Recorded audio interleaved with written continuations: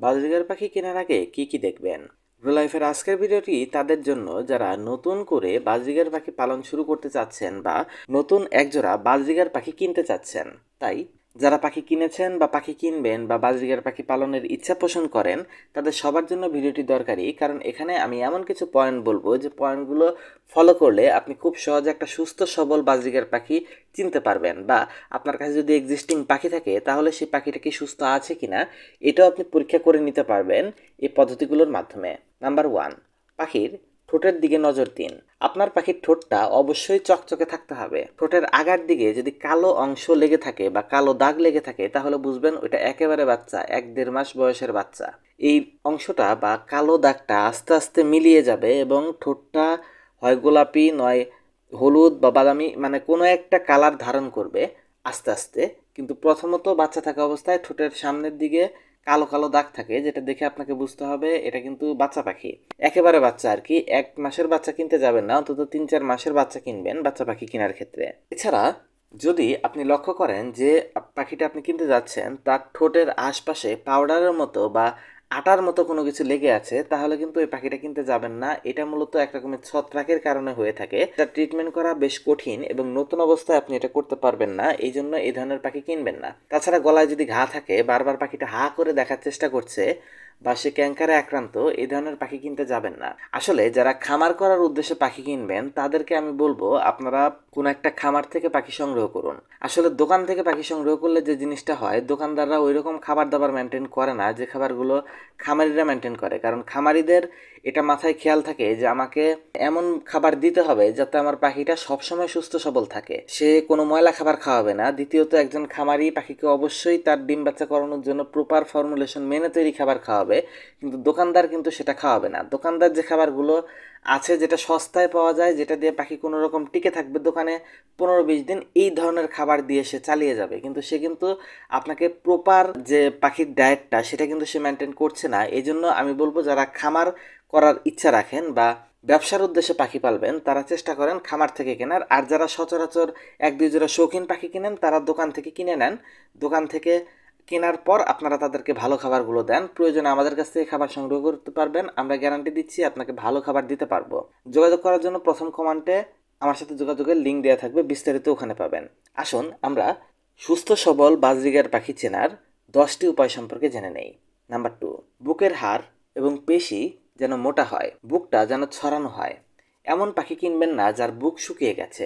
আসলে বাজরিগারের ক্ষেত্রে যদি পাখিটার বুক শুকিয়ে যায় তাহলে আপনাকে বুঝতে হবে ওই পাখিটা হয়তো বা অসুস্থ, কৃমিতে আক্রান্ত, অথবা অন্য কোনো কারণে সে অপুষ্টিতে ভুগছে বা অনেক দিন যাবৎ সে উল্টাপাল্টা খাবার খেয়ে তার ডায়েট বডি স্ট্রাকচার নষ্ট হয়ে গেছে, এই জন্য বুকটা শুকিয়ে গেছে। এই ধরনের পাখি একেবারে দুর্বল হয়, ঠিকভাবে ডিম দিতে পারে না, এবং পুরুষ পাখির ক্ষেত্রেও দুর্বলতার লক্ষণ বা আনফার্টিলিটি লক্ষ্য করা যায়। এই জন্য এই ধরনের পাখি অ্যাভয়েড করবেন। নাম্বার 3, চোখ দেখুন।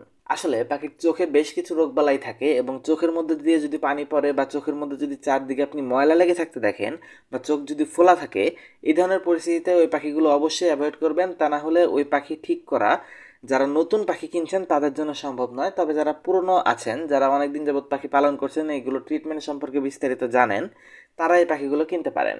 এটা ঠিক হয়, কিন্তু একটু সময় সাপেক্ষ বিষয় আর যত্নের বিষয় আর অভিজ্ঞতার বিষয়। নাম্বার 4, ঠোঁট যেন কোনোভাবে বিকৃত না থাকে। আসলে প্যারট জাতীয় পাখি, বিশেষ করে টিয়া জাতীয় পাখির ক্ষেত্রে এটা বেশি সমস্যা দেখা যায়, তবে বাজরিগারের ক্ষেত্রেও এখন এটা দেখা যাচ্ছে। দেখা যায় একটা ঠোঁট অনেক সময় নরম হয়, আবার অনেক সময় দেখা যায় একটা ঠোঁট সামনের দিকে অতিরিক্ত বেঁকে গেছে, যার ফলে পাখি ঠিক মতো খেতে পারে না। এই পাখিগুলো আস্তে আস্তে শুকিয়ে যায়। তো এটা দেখবেন প্রথমত। আর দ্বিতীয় দেখবেন সে হা করলে ভেতরে যেন গলায় কোনো ঘাটা না থাকে, তার মানে ক্যাঙ্কার জাতীয় কোনো কিছু যেন না থাকে। এটা আসলে আপনাকে হা করিয়ে দেখতে হবে না, বাইরে থেকে দেখেই বুঝতে পারবেন। যদি দেখেন তার মুখের পাশ দিয়ে সাদা সাদা ছিটা রয়েছে বা ঘাড় মতো কোনো কিছুর অস্তিত্ব লক্ষ্য করছেন, বা গলার দিকে হা করলে দেখা যাচ্ছে বারবার হা করছে, বা গলার দিকে হা করলে দেখা যাচ্ছে সাদা কিছুর অস্তিত্ব, তাহলে বুঝতে হবে যে এটা ক্যাঙ্কারে আক্রান্ত হওয়ার সম্ভাবনা অনেক বেশি। নাম্বার 5, পাখি যদি গা ফুলিয়ে বসে থাকে এই ধরনের পাখি অ্যাভয়েড করেন। আসলে খুব কম পাখি আছে যে শুধু শুধু গা ফুলিয়ে বসে থাকবে। এটা বলতে পারেন যে সারা রাত লাইটের মধ্যে ছিল, সে হয়তো দিনের বেলা একটু ঘুমাচ্ছে, এই টাইপের কিছু কিছু ক্ষেত্রে দেখা যায়, কিন্তু এটা খুবই কম। বিশেষ করে পাখির অ্যাক্টিভ থাকার মূল সময় হচ্ছে সকালের টাইম এবং বিকালের টাইম। দুপুরে তারা একটু ঘুমের মতো আসতে পারে, কিন্তু এই টাইমগুলোতে যদি আপনি পাখি কিনতে যান তাহলে অবশ্যই দেখবেন তারা চটপটে রয়েছে, মানে সকালে এবং বিকালে। এরকম পরিস্থিতিতে তাদের যদি ঝিমাতে দেখেন তাহলে ওই পাখিগুলো অ্যাভয়েড করার চেষ্টা করেন। নাম্বার 6, পাখির তলপেট এবং পায়খানার রাস্তা চেক করুন। তলপেট যদি অতিরিক্ত ফোলা থাকে তাহলে এগ বাইন্ডিংয়ের সমস্যা থাকার চান্স আছে, বা অনেক সময় চর্বিও হতে পারে। এগুলো দেখলে এই পাখি অ্যাভয়েড করার চেষ্টা করবেন। আর দ্বিতীয়ত, যদি পায়খানা রাস্তার আশপাশে অতিরিক্ত মল লেগে থাকে বা ভেজা থাকে তাহলে এটা ডায়রিয়া আক্রান্ত হতে পারে। যারা নতুন তারা ডায়রিয়া ট্রিটমেন্ট করিয়ে সুস্থ করতে অনেক সময় লাগবে এবং অনেক সময় আপনি এটা পারবেন না। এক্ষেত্রে আপনাকে এটা অ্যাভয়েড করাই বেটার, তবে যারা পুরনো তারা নিতে পারেন। নাম্বার 8, পাখির মূল কোনো পালক যেন ছেঁড়া না থাকে।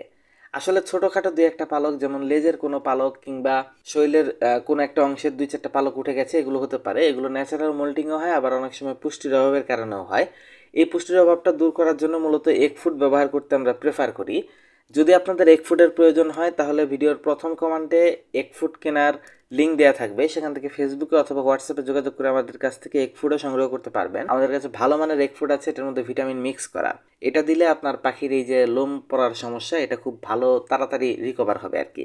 তো যাই হোক, যে কথায় ছিলাম, আপনাকে দেখতে হবে যদি কোনো মূল পালক ছেঁড়া থাকে, যেমন ডানার একেবারে সবচেয়ে বড় পালকটা ওইটা যদি ভাঙা থাকে বা ছেঁড়া থাকে বা অর্ধেক ভাঙা থাকে, এই ধরনের পাখির পালক কিন্তু ওঠা অনেক ঝামেলা হয় এবং অনেক সময় এটা ওঠে না। তাই এই ধরনের পাখি অ্যাভয়েড করার চেষ্টা করবেন। মূল পালকগুলো শুধু দেখবেন, নর্মাল ছোটোখাটো পালকে কোনো সমস্যা নেই। এছাড়া আরেকটা জিনিস দেখবেন, পালকের ক্ষেত্রে দুই ডানা যেন সমান থাকে। অনেক পাখির ছোটবেলায় ক্যালসিয়াম ডেফিসিয়েন্সি হলে বা প্রতিবন্ধী হলে অনেক সময় ভাই বোনের মধ্যে জোড়া দেওয়ার ফলেও একটা ডানা ছোট একটা ডানা বড় হতে পারে। কিছু কিছু পাখির ক্ষেত্রে এই ধরনের পাখিগুলোর কিন্তু বাচ্চা কাচ্চা সব প্রতিবন্ধী হওয়ার চান্স থাকে। আর বেশিরভাগ ক্ষেত্রে এগুলো বড় হয়ে ওইভাবে ডিম বাচ্চা দিতেই পারে না। তো তাই এগুলো অ্যাভয়েড করার চেষ্টা করবেন। ডানা যেন দুইটা সমান থাকে এবং পাখির শেপটা যেন নর্মাল হয়, কোনো অ্যাবনর্মালিটি না থাকে। নাম্বার 10, পাখির মল চেক করুন। মলের মধ্যে যদি অতিরিক্ত সবুজ পায়খানা দেখেন বা যদি আপনি একেবারে তরল পায়খানা দেখেন তাহলে একটু ঝুঁকি আছে। তাছাড়া যদি এর মধ্যে কৃমির অস্তিত্ব লক্ষ্য করেন তাহলে আবার আপনাকে কৃমির জন্য আলাদাভাবে ট্রিটমেন্ট করাতে হবে। তো এই সমস্ত কিছু বিবেচনায় দেখে শুনে পাখি ক্রয় করবেন, এই অনুরোধটা রইল। কেমন লাগলো ভিডিওটি অবশ্যই কমেন্ট করে বলবেন। আর যদি আপনার নতুন পাখিগুলোর জন্য কোনো কিছুর প্রয়োজন হয়, যে কোনো খাবারের আইটেম প্রয়োজন হলে আমাদের কাছ থেকে সংগ্রহ করতে পারবেন। ভিডিওর প্রথম কমেন্টে সে ব্যাপারে বিস্তারিত দেওয়া থাকবে। ধন্যবাদ এতক্ষণ সাথে থাকার জন্য।